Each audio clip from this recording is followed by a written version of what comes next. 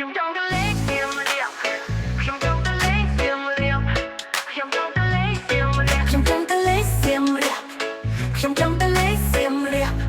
ខ្ញុំចង់ទៅលេងសៀមរាបខ្ញុំចង់ទៅលេងសៀមរាបខ្ញុំចង់ទៅលេងសៀមរាបខ្ញុំចង់ទៅលេងសៀមរាបខ្ញុំចង់ទៅលេងសៀមរាប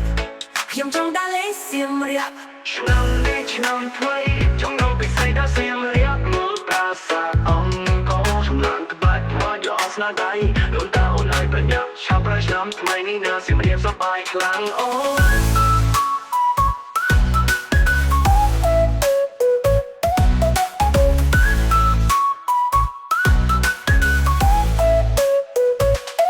ខ្ញុំចង់ទៅលេងសៀមរាបខ្ញុំចង់ទៅលេងសៀមរាបខ្ញុំចង់ទៅលេងសៀមរាប